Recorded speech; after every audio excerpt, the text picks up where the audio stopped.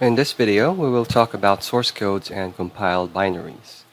Many traders get confused between the two, so we will clarify these two files early in this course. First, we would define each of them, and then we will compare the two. Let us start with the source code file. This is the code written by the programmer. In MetaTrader, these files have the MQL file extension, MQ4 for MetaTrader 4 and MQ5 for MetaTrader 5. The digit refers to the version of the trading platform. When developing or modifying MQL5 programs, this is the file that we should work on.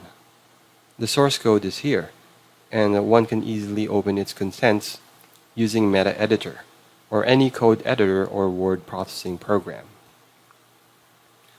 Now let us move on to the compiled binary. The compiled binary is the program itself, the final product. These files have the EX4 or EX5 extension depending on the compiler used. This program file is optimized for size and performance so that only the trading platform would be able to read it. You can actually test this by making Notepad open an EX4 or EX5 file. One will only see a bunch of obscure characters. This file is generated after compiling the source code, so the source code should come first, then after compiling, the binary file. The compiled binary is also the one the trading platform uses.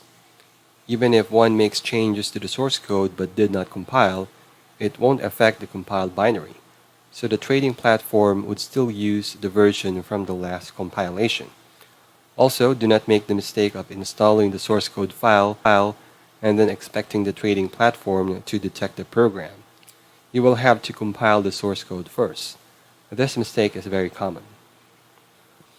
Earlier, we learned that the source code can be compiled to generate the binary file. This process is not reversible, since EX5 files are encrypted. It is normally not possible to convert a binary file back to its source code file.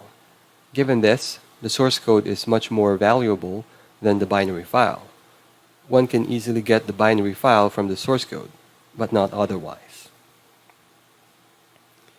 To recap, we discussed what source code files and binary files are, as well as their differences and how they are related to each other. I created this lecture so that we are clear on which file we are focusing on, which is the source code file.